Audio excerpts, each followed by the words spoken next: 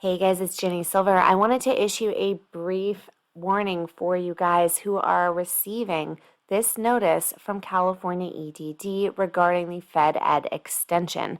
For many of you that were collecting a PEUC extension who had your benefits end after September 4th, the EDD is now transferring those of you who qualify for a FedEd extension over to that program. However, please note that FedEd benefits will no longer be payable after September 11th.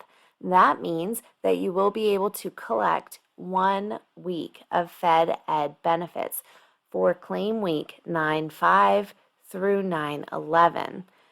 This means that the message that EDD is sending to you, which unfortunately seems to not be updated, will state that they have filed an extension for you up to 20 weeks on your unemployment claim.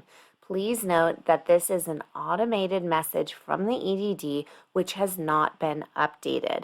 FedEd ends after claim week ending September 11th, 2021.